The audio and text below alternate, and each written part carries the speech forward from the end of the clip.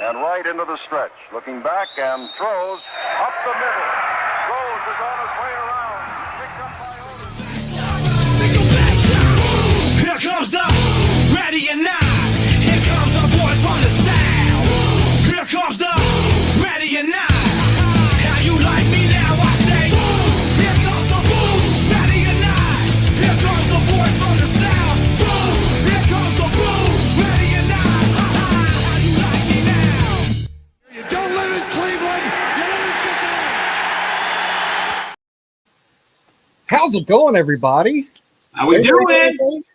How we doing, man? That opening always gets me fired up. Here comes the boom. Oh, I love it. Love Santori did a great job on that. Absolutely, But, man. Greg, how are you doing tonight? Dude, it's the middle of the week, man. I was working outside all day in the hot weather, but I'm just glad to be inside of the nice AC. Can't complain. How about yourself? I hear you there. I was working inside in the cold AC all day, and now I'm inside in the cold AC right now. You wish you were outside, right? Yeah. Sometimes I wish I was outside way more than just sitting there in front of the computer buying cars and exactly. Well, approving service work, all that crap I do. But now you have to approve Bengals talk now and what's yeah. Whoever figured that was going to be? Who figured that? Yeah, exactly. But anyway, so we got a good show coming up for everybody. As you can see, it's myself, Cincy James. We've got Greg from Madeira. We'll get into that a little later, but we've got a special guest for everybody. So I want to make sure that we give him his props when he gets on here. But real quick, we do want to talk about our sponsors just to go ahead and knock that out. The first one we've got is Brimminghorn Meadery.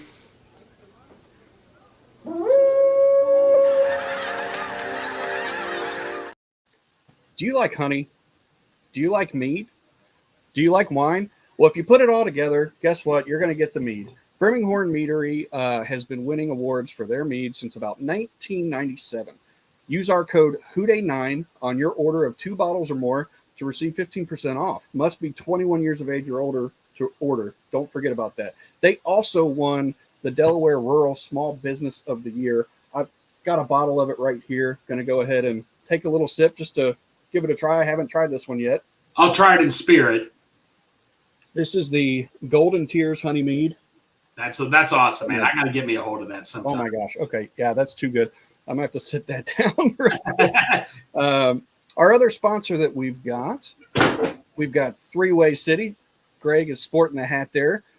Three-Way City's bringing the sights and culture of Cincinnati to fashion. Named after the traditional Cincinnati-style chili spaghetti, our good friend Adam Rennell, pictured here, founded Three-Way City with this in mind. From hats to shirts to jackets, grab a piece of Cincinnati on threewaycity.com today.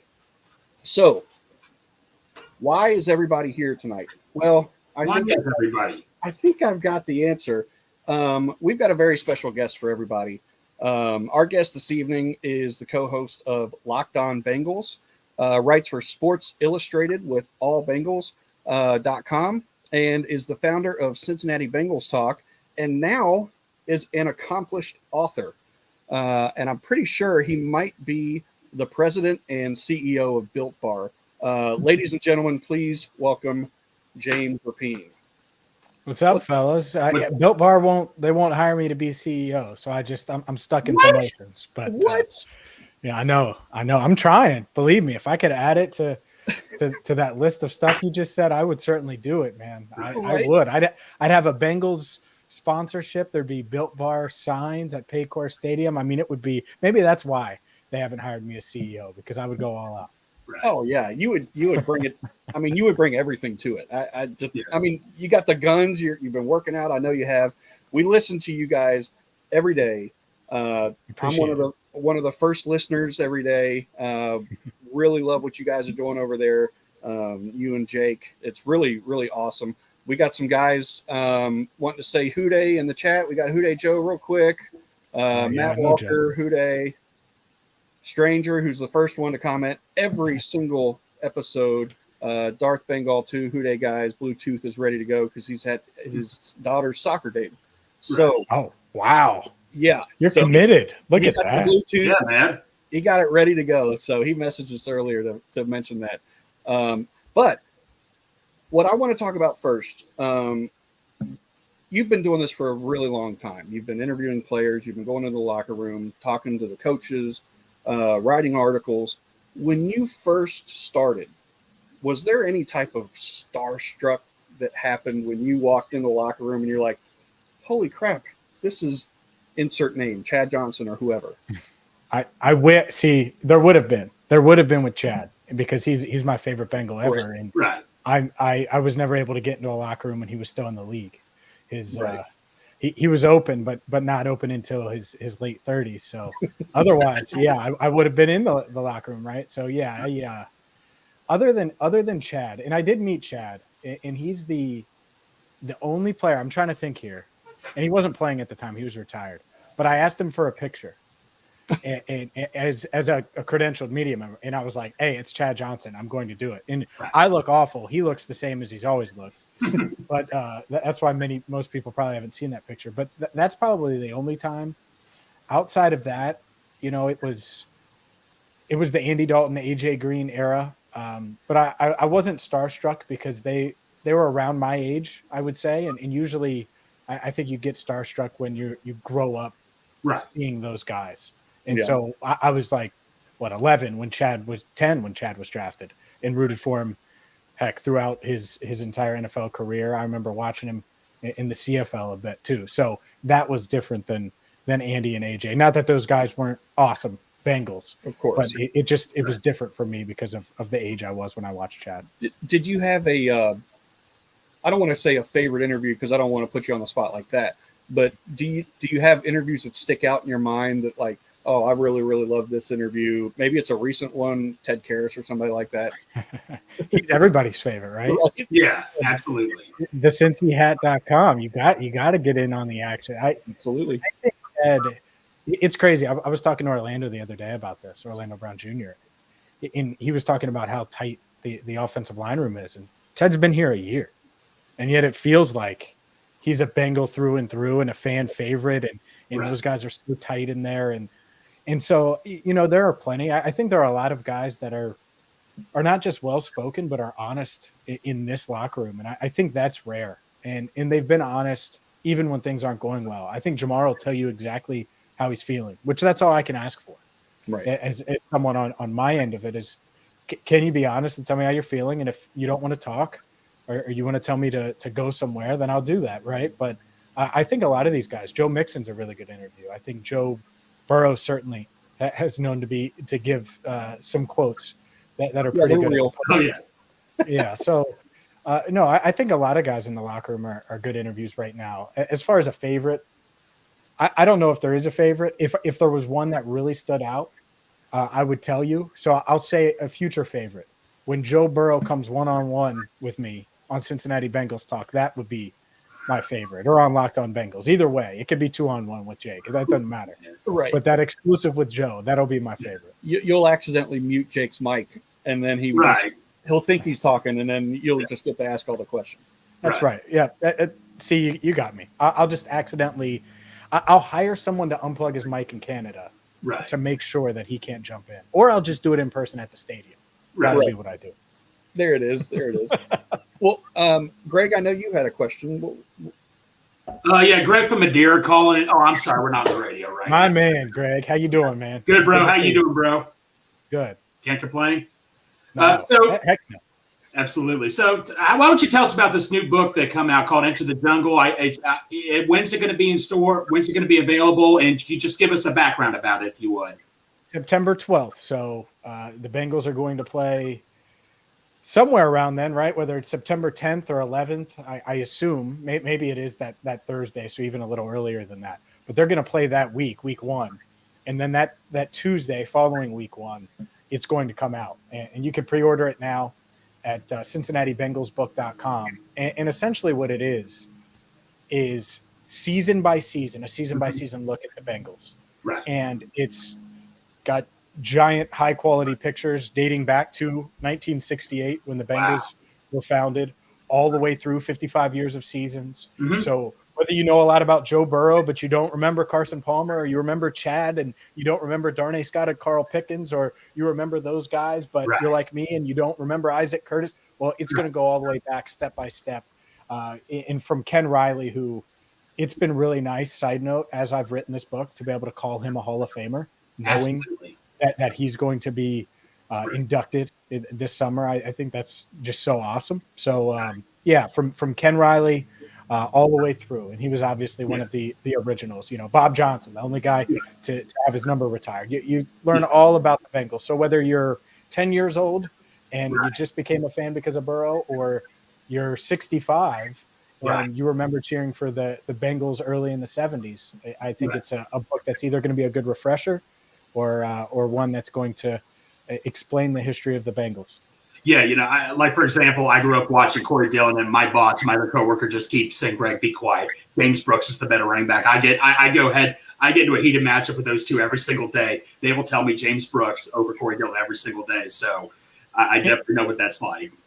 I'll say this here, and maybe this is a take, and I haven't had the discussion, but just analyzing both, who do you think would be the better fit on this offense? Because I think it's pretty easy. James Brooks. Yeah. If they could just pick and pluck prime James Brooks put him into this Bengals offense. Whoo-wee. Oh, yeah. Not that Corey Dillon would be a stud too. And I watched him. I was at his record-breaking game, the 278 game in 2000 against Denver. Yeah, but no, Brooks would be a better fit. Like, when I got to learn a lot about James Brooks, he'd be a much better fit as a receiver and all that. Yes. Yeah. You were talking about Ken Riley. Did you have the news before you started writing the book to where you could add that in there about Hall of Famer? Absolutely. So I've been writing the book. Basically, it was right after the Super Bowl run, I would say, is when things started to move in that direction. And, you start doing the research and all the background, and then you start to piece it together. But a bulk of the writing and taking the puzzle and putting it together has happened over the past, I'd say, 6 months or so. So, yeah, I knew I was aware of Ken Riley, and I knew that there was a really good shot, but I didn't write it to answer. I didn't write it until it happened. So you don't want to jinx it. That's all. Obviously, he's a Hall of Fame. It's crazy. That dude was an All-Pro in his final year. I mean, he was still balling in 1983, and spoiler, in the book, I'm putting together all-decade teams, right? And it's really hard to be on two all-decade teams. Like, Chad Johnson played from 2001 to 2010. He can't be on two all-decade teams. It doesn't work. Rudy Johnson can't be on two of them. Ken Riley played from 69 to 83. And if you look at what he did in the 80s, he's one of their best cornerbacks in that decade. That decade where they went to 2 Super Bowls. It's the best decade in team history, hopefully, besides this upcoming one that we're in right now. So, yeah, I hope people realize how great Ken Riley was after reading this book. Absolutely. Was there a favorite part for you coming up with everything? Was it the research? Was it just trying to figure out the layout of what you were going to do? Like, what was it about that whole process that stuck out to you that was your favorite? I think getting to know the team that obviously, and I'm a Cincinnati native, I grew up rooting for, but getting to know them at a much deeper level, learning in reading books and obviously articles, and going into archives and subscribing to get to next level articles that you can't get with just a quick Google search. Just to get information about the past that I wouldn't have known about, that kind of gets lost in the shuffle, because pre-internet times, I mean, they didn't even record tackles for a lot of this, the time I'm talking about here, that I just wasn't aware about. And so getting to know the history of the franchise at a much deeper level, I cover them every day, right? And so knowing why they're here, how they're here, all of those things. And everyone knows, Paul Brown, he was in Cleveland, and then Art Modell, and we'll take a step forward and learn and go a little deeper. And I think I was able to do that, and I have a better understanding, and hopefully I can convey that in a book that is easy to read, because it's not 8 million words on each season. It's quick. It's a quick read, and I think it's going to give you the important details and refresh your memory on the past, and at the same time highlight all of the fun times and maybe some of the not so fun times. Do you have a picture book section for guys like me that are horrible at reading? No, that's the thing, is I really do. I think it's the perfect book for the 65-year-old that wants the refresher, and I'll keep using that age, or the 10-year-old that doesn't necessarily want to sit there and read a bunch, because the seasons, you're talking 400, 500 words in just kind of a summary of the seasons, but you're getting stats, pictures, like you mentioned. So you're going to see Ken Anderson, you're going to see Boomer Esiason, Anthony Munoz, obviously. You're going to see these guys and see stats and see who was a Pro Bowler that year in all of those things. And then we'll also highlight the big moments, have the all-decade teams, all of those things. So it really is an easy read, and that's how I wanted to write it. I didn't want it to be this thing that was only going to appeal to one side of the age bracket, either the young or the old. I wanted to try to make it to where any Bengals fan could hand that to someone that doesn't know anything about the Bengals, and they could read it and feel pretty good about knowing the history of the team and the franchise. Well, James, was there a player there that you were doing research on that you really didn't know about, but that you got to know so much about Ken Riley was probably one of them, but was there another player that just like, wow, I didn't realize how good this guy was, or this guy, how come this guy didn't get enough attention? Was there the one player that stood out to you when you did this whole thing? I think I was aware, right, of most of the guys, but learning more about Tommy Casanova, learning more about Mike Reed, defensive tackle, more about guys like that you hear the name and you're aware that they had success. Obviously, that's why you hear the name, but they don't necessarily get the love that some of these other greats have gotten, and guys that had a huge impact. So yeah, I think that's it. And I could go down the list, and a lot of them are 70s, 68 through 79 guys that you hear about the 80s a lot because it was a really fun decade. Right. But before that, they were pretty darn competitive. And Paul Brown was really good, by the way, at drafting in the first round their first 4 or 5 years. Yeah. You got it right much more than you got it wrong.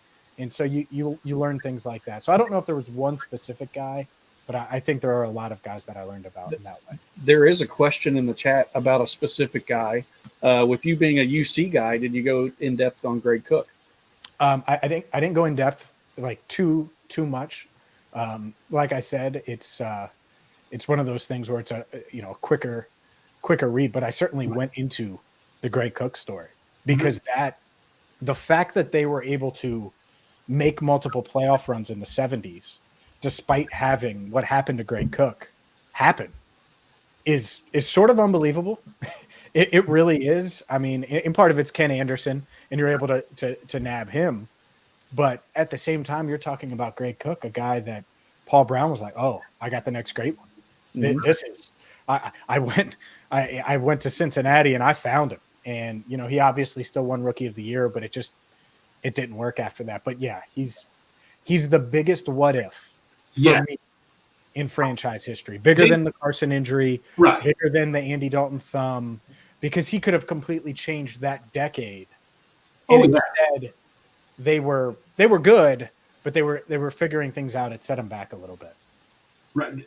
James, was this true? I think Bill Walsh even said he could have been the best quarterback. I mean, like, this is the guy that coached Joe Montana and all that. I think Bill Walsh was very high on him too. Like I said, he may have been the best prospect he'd ever coached before he got hurt. I don't know if there's any truth into that, but is there? Yeah.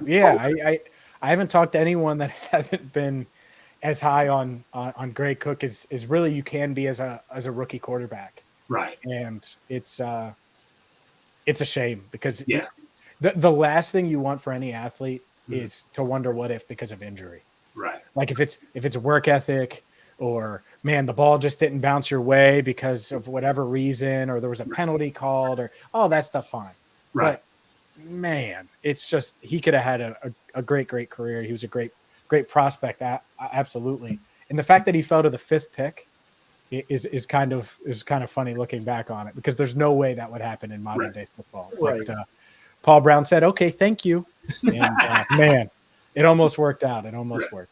Well, speaking of a great one, our good friend Hude Joe from Bengals and Brews, he said, "Appreciate all your work, James. Big fan of you and Jake. But what is your thoughts on Zach as a person and what he has brought to the team's culture?" Happy birthday, Zach Taylor. He's 40 years old today. So hopefully he's doing 40 shots. And, absolutely. and enjoying himself. 12 something days. tells me, 12 something days. tells me he's not. But no, hopefully he's having a good time with his family. Look, I don't know if anybody was as critical of Zach as I was in 2020, and 625-1. All of the things that went into that season. I don't need to get into the particulars, but I was critical of him, and I think he felt it, like not me, just the pressure, right?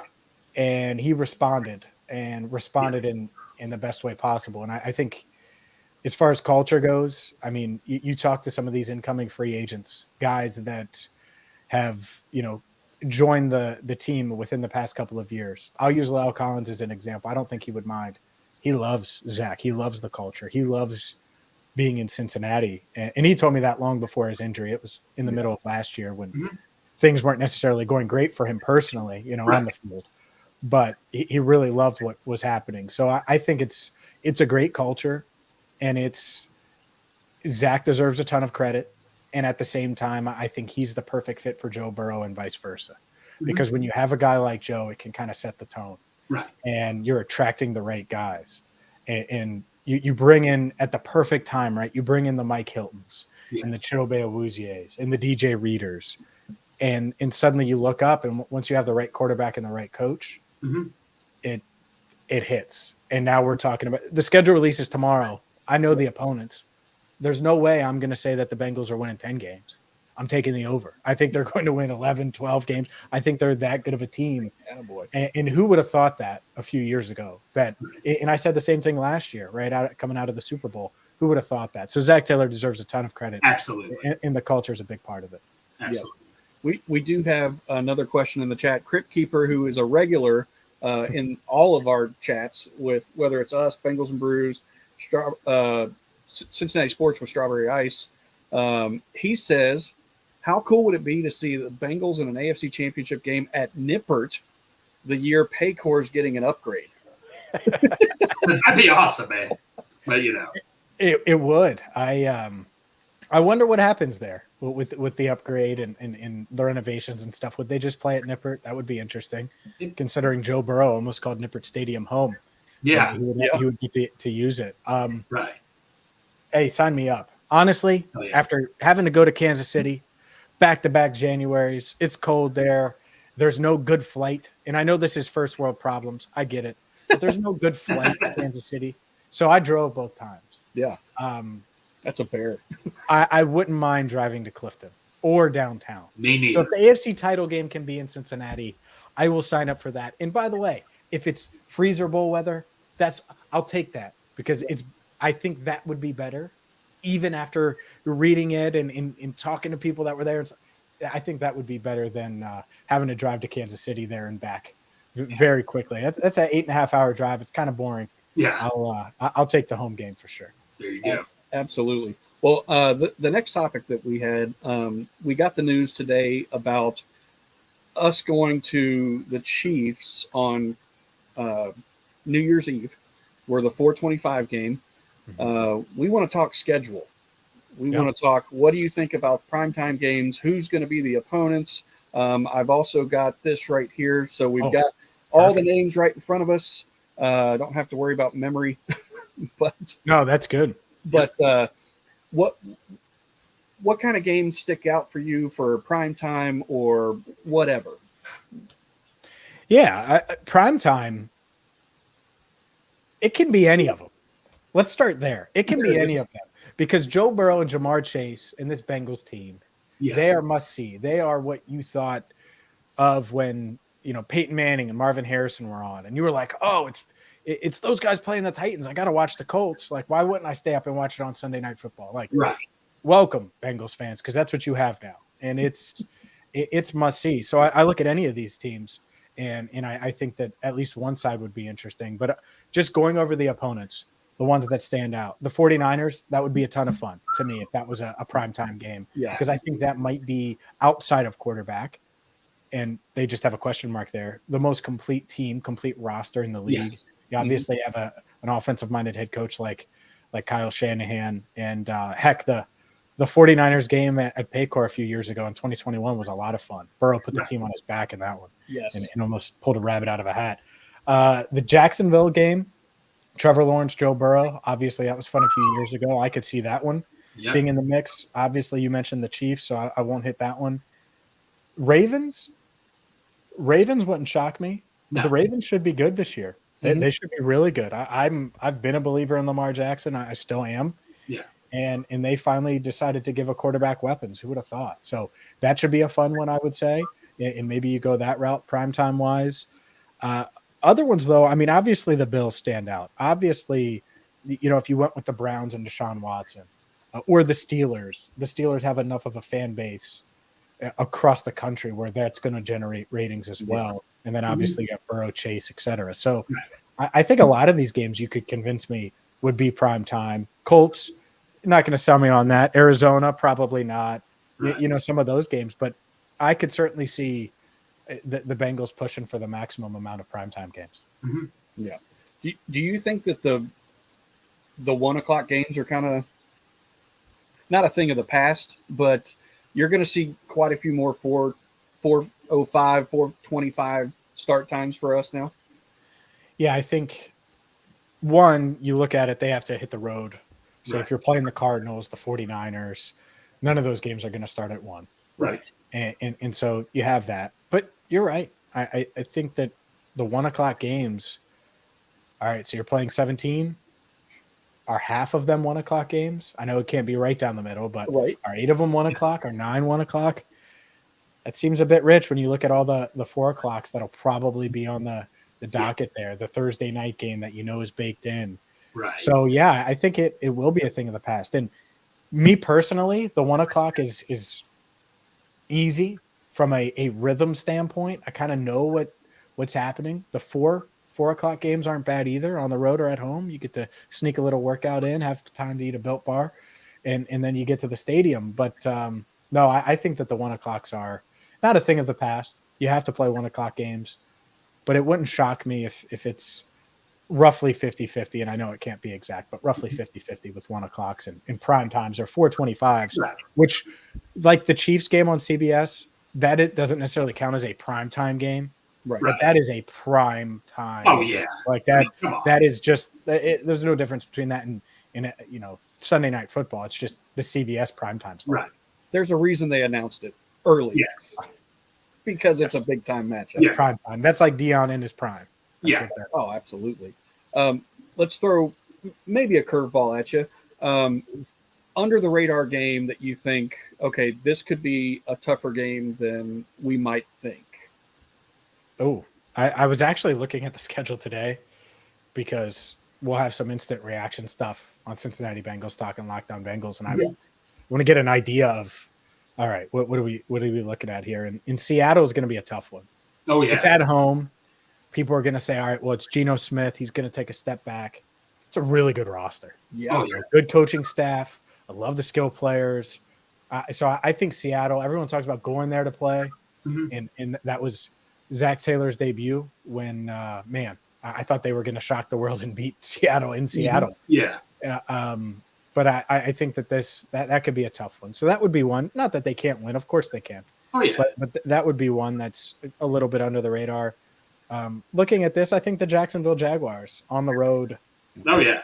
Some might look past them a little bit, but Urban Meyer isn't there anymore, man. No, exactly. Staff.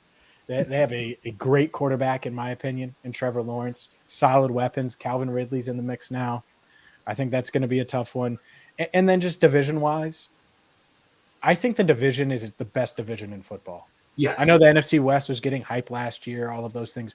Where's the flaw? Kenny Pickett, that's the flaw. Deshaun Watson taking being away from the game for a year and stinking last year. Well, are we sure he's going to be bad this year? He might not be. And if he's not, the Browns are pretty talented.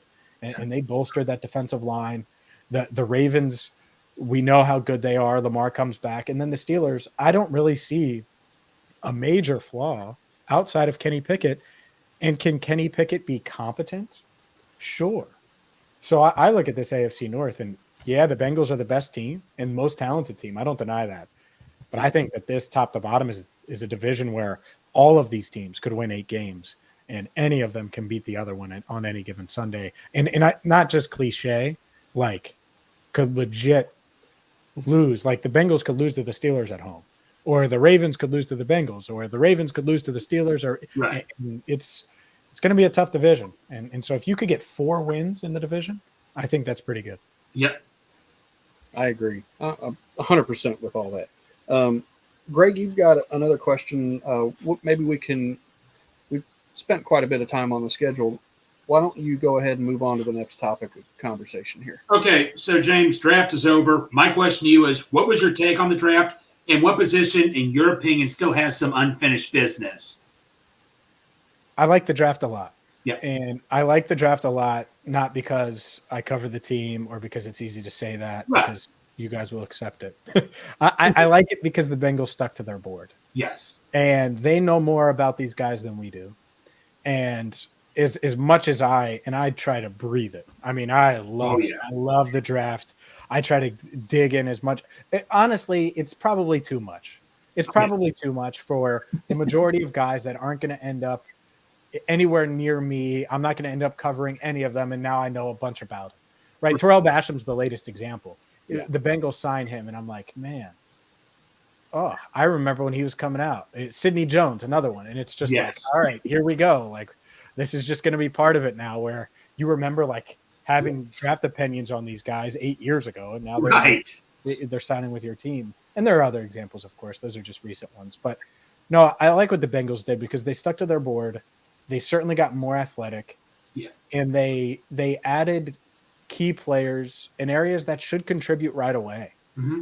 That's the part of it where I look at and I say, okay, Myles Murphy, I see where he's going to get on the field right away and help their pass rush. Absolutely. And certainly help keep Sam Hubbard fresh. And he's good against the run, can keep Trey Hendrickson fresher, which guess what? Could translate to that Kansas City game on New Year's Eve. Yes. Right? Maybe keep those guys a little healthier so they're not as dinged up late in the season because they played a ton of snaps last year. Right. But it's not just him. DJ Turner. I love that. I love adding an elite athlete that certainly has good ball skills, that played in a great defense at a high level for multiple years, showed improvement, by the way, from last year to this year at Michigan. And I obviously you have the 4.26 speed, all of those things. I thought he was going to be a top 45 pick. So to get him at pick 60, you feel good about that. The same thing goes for Jordan Battle. I think that the Bengals viewed him as a guy that could contribute right away. I look at that safety room now, and it kind of solidifies it a bit. And you have some quality depth there, even though it might not be as good as what you had in Jesse Bates and Von Bell. It's a good safety room. I feel good about that. Scott, Jordan Battle, Tyson Anderson. And then you go on down. How many teams got instant contributors on offense in rounds 4 and 5? Because the Bengals did. Right. Yes, we did.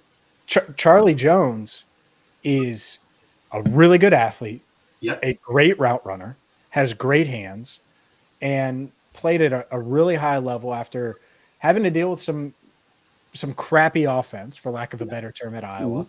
And he addresses the punt returner issue and gives you depth there, worst case, but I think he will start at punt returner. And then Chase Brown, he's better.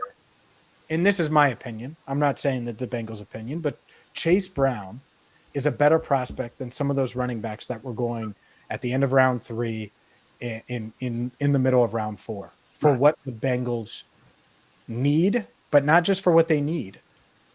Strictly as a running back. We talk about all these other things, right? Catching the ball out of the backfield. He's good at that. Does he pass block great? No, not yet. Could he? Maybe. But he's a great runner. He's a running back. They got a great runner in round 5 who had 328 carries last year and has good hands and is super athletic, run a sub 4.4 multiple times. And at the combine, I believe it was 4.43. But the dude's a freak. So, I could go on down the list, by the way. Andre Iosivas.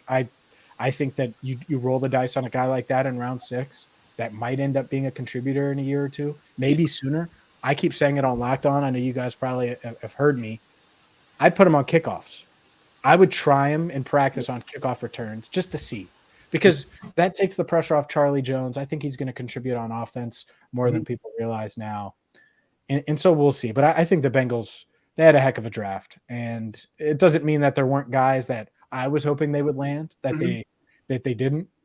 But you look at what they got, and I think that they stuck to their board, and they certainly did a really good job. So, what position, what position do you still, let's just let this up. Tight end, I think we can agree tight end, they still need to add and all that and stuff. Do you personally think that, or are you okay with the tight end room, how it stands? I'm okay with the tight end room. I actually think, and yeah, you're right. I talked about the draft and I didn't give you the. No, it's okay. You're good. No, it's cool. Tight end is not the one. It would be running back. Okay. I would address running back. Where's the hot take chain? Yeah. Look, can Irv Smith be Hayden Hurst? Here's what Hayden Hurst was coming out, and I like Hayden. Coming out in the draft. See, this is an example of following the draft. He was an old, 24 years old, not as productive as Dalton Kincaid, by the way. Not even close. An older tight end that showed some high-end athleticism, but didn't produce at a high level. And the Ravens took him at 25, and then they landed Mark Andrews, and then they realized quickly.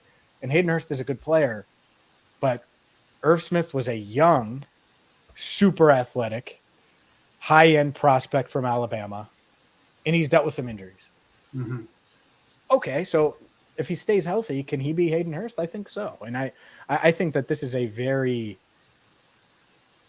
nice offense for a tight end because you don't have to, you're asked to block, you're asked to do some things like that. But Joe Burrow is pretty good at getting you in some good positions to have success. That's true. So I think Irv Smith, if he stays healthy, is going to have a big year. And I think Drew Sample complements him very well, much like he did Hayden Hurst. Obviously, Sample only played a few games last year. But if those two guys just stay healthy, you feel good about it. The depth, could they address it? Yeah. And I think if they do, it would be a guy like Mitch Wilcox, someone like that knows the system. I'm cool with that. That was going to be my question. Do you see them bringing Mitch back? I don't know that there's anybody else that this late that you would really want to take a chance on right now. Carter, they had Ethan Carter in for a visit. I think that's interesting. Just maybe as a special team, a depth piece, special teamer. Yeah, he's not going to do much for you in the passing game, but obviously he was here a few years ago before going to Miami. So that would be an example.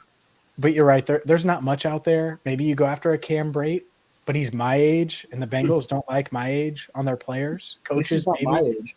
Yeah, stop making me feel old, buddy. Stop it. We're about the same age, I would say. But if you're on the wrong side of 30, the Bengals probably aren't interested yet. Right. Is long story short. And so maybe a Cam Brate. But, I think they'll add one more body, I would say, to that room. But overall, it's not a huge priority. And by the way, tight end was on their radar throughout this draft. Yeah. It just didn't fall to them. They weren't taking Mayer at 28. No. Dalton Kincaid didn't make it there. Sam Laporta was drafted a few picks later. Right. And they weren't going to take a guy in Darnell Washington who had some medical red flags that caused him to drop down the board. But the other part was it didn't really fit what they do offensively. And I think past Bengals teams, not recently, but past Bengals teams might have taken one of those guys and reached because it was a need. Right. Versus, Washington doesn't fit. Let's not take him. Right. And I think that shows discipline. I think they deserve credit because if they would have just taken Darnell Washington at 92, people would have praised them, including me probably. But if it doesn't end up working, it doesn't matter. And so you're not trying to win praise in April. Right. You're trying to get the right guys that are going to help you win. And in the margin for error in these January games, as we know, is so slim. And the difference between holding up, a trophy and being pretty bummed out 2 minutes later is much, much different. So, yeah, we'll see. But I think they did a good job there being disciplined. When they say you judge a draft class 3 to 4 years down the road, I think the same can be said about a coaching staff.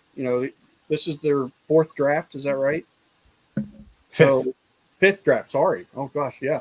So their fifth draft, now we're seeing trends happen where you see them not reaching like you talked about. And it's nice to see because they're really subscribing to the BPA mentality. And it's worked. Yeah, I agree with you. I really started to take notice of it when they took Chase and all of the pressure. Oh, yeah. Regardless of whether people like me, and I don't know if you guys remember. I was on the Chase train Yes. all day long. I had a Team Chase T-shirt that was tweeting. Yeah, I was Team Chase. Yeah, that's right. Yeah, and it doesn't really matter. But in the past, I think it would have been real easy to say, you need offensive line help. Right. Go take the best guy. Right. And that's it. And it's like, okay, well, if you're going to take the best guy, take the best guy. And the best guy wasn't Penei Sewell. It was Jamar Chase. Right. And so when they did that, I was like, oh. Like, not that it surprised me on draft night. You kind of knew by then. But it was like, oh, well, maybe this is what they're doing. Right. And I love it because it put Burrow in a position to succeed. And I know some didn't necessarily like it. And I know the offensive line isn't perfect. I get all of that. But when you take the best player, and I say this all the time, draft players, not positions. Yes. And that's why I was in on Jahmyr Gibbs at 28 if he was there and under the right circumstances. Dalton Kincaid at 28 I was in on. Because if you can get guys like that, it doesn't truly matter. It's pick 28. It's not pick 4. And with Jamar Chase, if you can get a guy like that, well, how many guys like that are available? There were none in this draft. There were none in last year's draft. It's very, very hard to get one. And so I was that's when I noticed that the Bengals had kind of, me personally, I noticed, I was, that's kind of a switch. Not that they didn't take BPA in 2020, because that's going to go down, especially if they re-sign these guys, as one of the best drafts in franchise history. Joe Burrow, T. Higgins, Logan Wilson. And I could keep going. But if you get those three in any draft, that's a hell of a draft. Absolutely. Let's move on real quick. I know you don't have a whole lot more time to go. I think we should bring it up. Contract talk. We've got 3 big guys that are up for extensions, we'll say. Yep. T. Higgins, Joe Burrow, Logan Wilson. Yep. Out of those 3, who's the guy that you feel the most confident right now before training camp, we'll say, gets their deal done? 9, the franchise, Okay. the guy that's kind of changed things for everyone, from you guys to me to the vendors at the stadium to Skyline, because Skyline's the new chili spot. I mean, you could go on down the line, right? I mean, how many people have kind of been impacted from Joe Burrow being in Cincinnati? So I think that'll be the first one.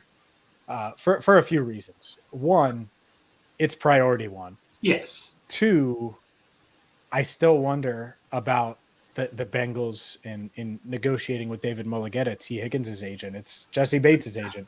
Yeah. And who knows, right?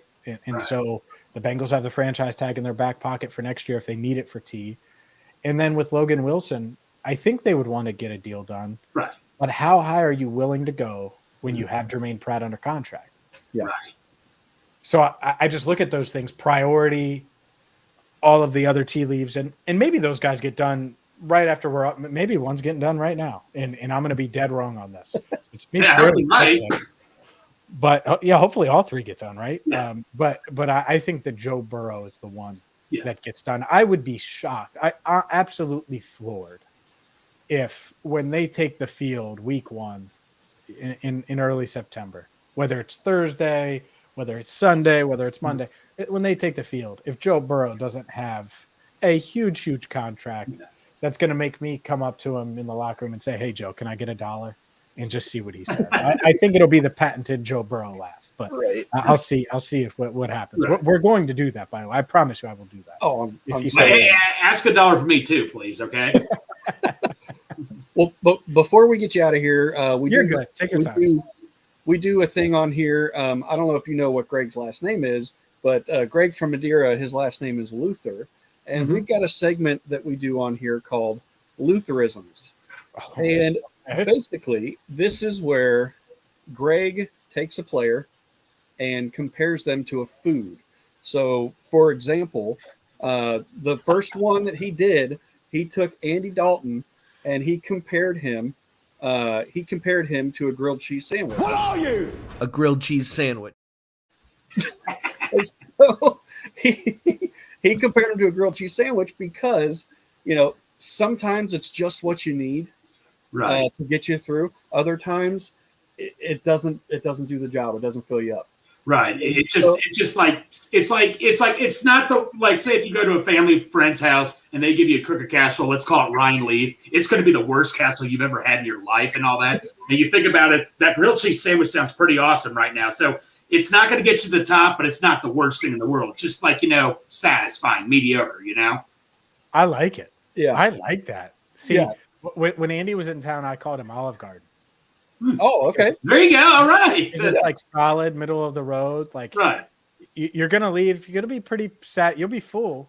Right. But it's not the best meal in the world. I hope Olive Garden isn't about to sponsor you guys, but you get my point. Like, no one's complaining about unlimited breadsticks.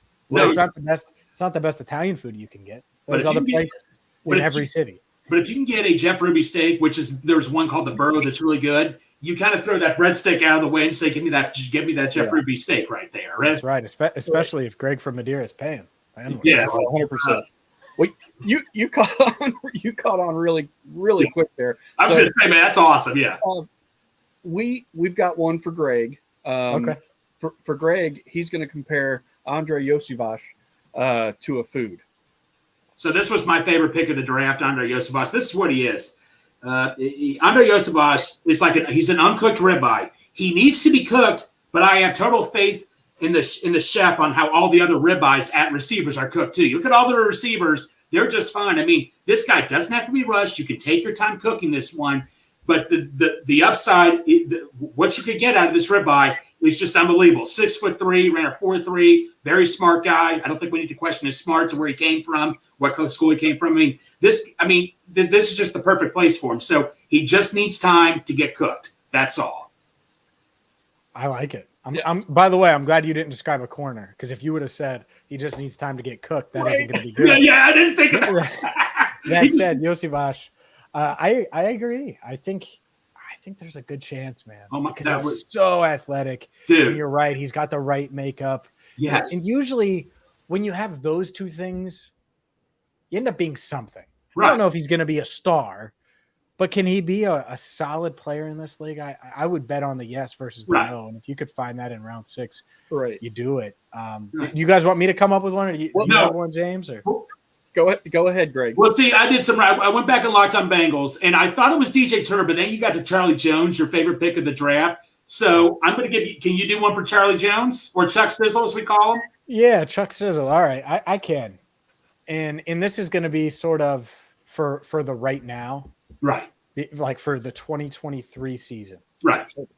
Chuck Sizzle is a bowl of your favorite cereal. Oh. Because it's always there when you need it. It comes in real clutch. Right. When you're starving, you want a snack. DJ Reader knows about the cereal game, man. Yes. And me and DJ talk about cereal. And so that would be it. Is I think he's going to be the guy that Burrow finds for, and heck, let's use the Chiefs game because it's already announced. Right.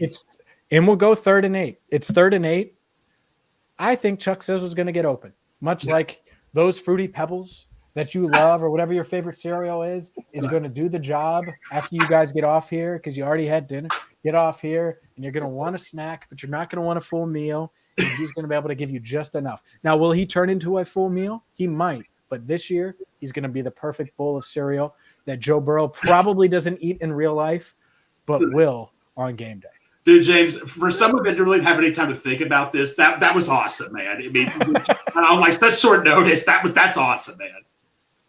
No, I'm glad. I think it shows how much I love cereal.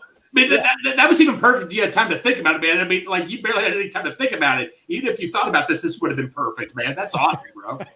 Well, speaking of cereal, normally that's a kid's thing. You've got a newborn. How's the baby? How's mama doing? How's everything going on that front? All is well. No, all is well. Couldn't be more blessed on that front. Yeah, it's been fun. You know, she was born the week of the Bills game, a few days after that. And so that Monday night game, obviously everything that happened there, thank goodness Damar Hamlin is okay. And it looks like he's going to play, but it was that Wednesday. So it was, I went from the stadium to the hospital and that was planned. And we were there until until Wednesday, and then she came out. She's been great, man. We might be seeing her do some football moves soon. I would not be shocked if she's athletic. We'll see. Yeah, That's awesome. Well, we'll get you out of here on this. We had Jake on the show. Was that in January? I think. Yeah, no, it was. We had Jake on December or January, I believe. Yes, it was December. Yeah. So we had him on, and I asked him kind of a similar question. It was fun, but I'm going to ask you the same thing. So, how does it feel having to carry Jake Lisco through every show? You just are the talent. Oh, yeah. You're the guy. It's hard, man. It's Right? hard having to coach him and carry him, and he's light physically. He weighs about 82 pounds, but he's 6'9". But outside of that, no, it's tough, man. I try, right. but without Built Bars, I wouldn't be able to. Look at me just tying in the sponsor. There it Right. is. Look at me just Jake's great, but Yeah, just who carries who? I mean, obviously, Right. it goes without saying, right? Right. yeah, you carry Jake. Oh, well, Well, James, I got one more question for you. You had to cover the Browns in Cleveland for a couple of years, and I swear to you, I still followed you on Twitter, but I'm like, if James has to talk about the Browns one more time, I can't take it anymore and all that and stuff. But It was mostly the Guardians and Cavs. There was Right, some but- Browns because it's a Browns town, and right, but you kept talking about Odell Beckham coming to the Browns. So I'm like, why does he have to make this miserable for me and all that? But I don't know if you remember, I called in one time on a Cleveland radio show, and I said Greg from Madeira, and the guy's like, where the heck's Madeira at? He's like, he'll know. And you knew who it was. I think you knew. right away. I did right away. Yes, Right, Greg. exactly. So my question to you is, what was it like being in Cleveland, having to cover Cleveland sports as a Cincinnati fan for a couple of years? It was, it was great. I love Right. Cleveland. I live No, downtown Cleveland. I love the city. Mhm. Is it unique? Yeah, it was unique because of that. Because Right. growing up here and all of those things I said earlier about the book, Right. it's one thing if you're from here Mhm. and you know the city and you know the Bengals, and then you go and do that. But to go up there, it's another diehard, Oh, yeah. blue collar Midwest town, Oh, yeah. right? And they love their football, they love their sports, and so you better know it. And so I think that was part of it. Is as much as you think it's much different to have to turn on a mic and do what we're doing now. Talk about the Bengals, man. I mean, Yeah. it's just something that you followed your whole life Mhm. versus you better get to comfortable real quick talking about Guardians and Indians at the time. That's what they were. In the Cavs, I follow. I'm a big NBA fan, so I followed them. That was pretty easy. But even the Browns, they're in the division. You feel like you know them. You don't know them until you get up there and you start talking about them. And it was that was the Freddie Kitchens season. All right, there hasn't been a coach worse than Freddie. I was critical of Zach, like I said in 2019, 2020. That Freddie Kitchens year was a joke because they had so much talent, Right. and he could not get anything out of Baker. No. And that's proof that. And I think in an alternate universe, I think that works. The Odell Beckham experiment and all of those things, but not in reality, and so that's why they are where they are. We'll talk about great timing coming back Cincinnati right before we drafted Joe Burrow, right? Worked out well, didn't it? Absolutely. I left right before, so I left the December of the 2018 season. Right. So we kind of knew Marvin might be on his way out. Mhm. So I didn't cover Zach's first year. Mhm. And by year 2, that rolled around, and I took the job with allbengals.com on, it was April 5th, 2020. And so 3 weeks later, Joe Burrow gets drafted. And, I would say that worked out. I'll go that far. I would say that worked out. I think you're cool with this. absolutely. Does Steph and the Warriors, do they get back into it? I know you're a Warriors guy. I'm a Steph guy, and I'm really frustrated. Yeah. I'm really frustrated at no one else showing up. See, you want to get me going now. Now you might get me going because no one showed up the other night. Right. You're on the road. Someone has to show up. One of the vets. Draymond Green did not show up. Klay Thompson was still in Golden State shooting jumpers there because he certainly wasn't shooting them in Los Angeles. I was going to say at Staples Center. It's not Staples Center anymore. They need their role guys. They're at home tonight. They need their role guys to show up, and then they need Game 6 to be the Steph nuclear game. And it's a lot to ask. I don't know if they could do it. I follow a lot of these national guys, listen to some NBA pods, and it doesn't seem like anyone's hopeful that they're going to win 3 straight. So we'll see. I'm not going to count Steph out. I think Steph's leadership is similar to Burrow's. I think they have a lot of the same. They're not going to MF guys. They're not going to have awful body language. Right. They just kind of respond and they do the things the right way. And so we'll see. Hopefully Steph can get it done tonight, and the Warriors can at least make it a series, because it's not right now. I could see them taking this game. I could see it. And then get one in LA. Like, you got to go game by game. Right. If anything, that's what the Cavs taught me in 2016, right? They were down 3-1. Just get this game at home. Yeah. And then, or in their case, it was just get this game on the road. Right. And you get home, and then it's like, all right, it's a game 7. That's it. It's one game. Anything can happen. So that's how you have to do it, is go game by game. Unfortunately, there aren't series in football. That would be wild. Could you imagine? That would be awesome. Burrow, Mahomes. Yes. Oh, you talk about a toss-up. Yes. No pun intended with the coin. Yeah. Oh my goodness. The coin. Oh, don't get me started on that. Trying to make me go on the road. Oh. Yeah, they not want to go to Baltimore in January. All right. Bring your feelings into account. That was horrible. I had a newborn at home, and they wanted me to go to Baltimore. Awful. I called them out. I'm glad the Bengals handled business. Yes. I agree. Well, James, we really appreciate. Thank you so much, man. Dude, this was awesome. I know we'd been trying for a while to link up and make it happen, but finally did. Why don't you go ahead and tell everybody where they can find you, what you're on, what you got coming up, and we'll get you out of here, bud. Yeah. Nah, fellas, I appreciate you having me. Hopefully we can do it again at some point, maybe during the season, before the season. Either way, I enjoyed it. Sure.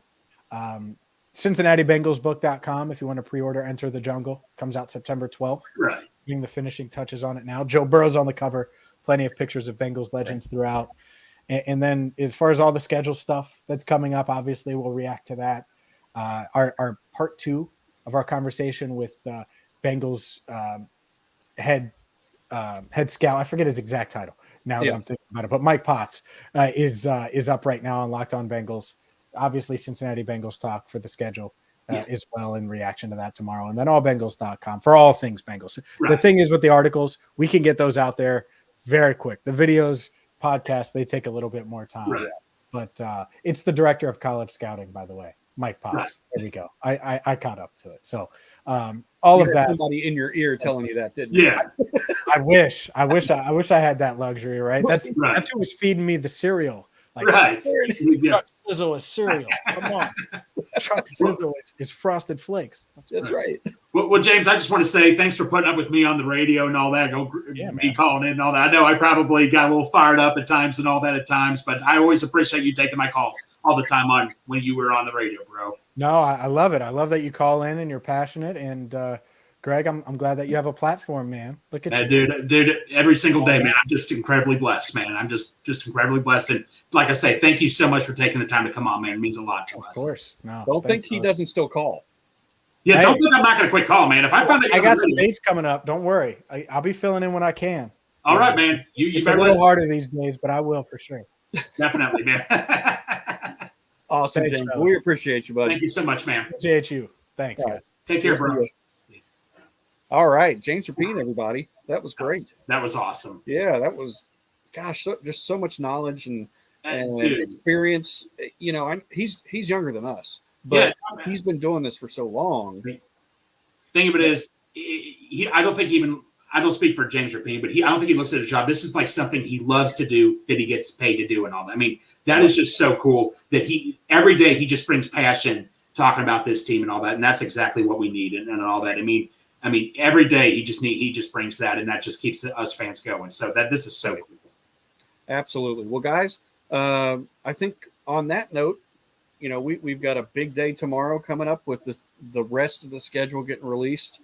We'll find everything out. We'll see where if we're going somewhere week 1. This morning I put out there, I thought Tennessee because of the Bengals thing that they put out there with Ted Karras.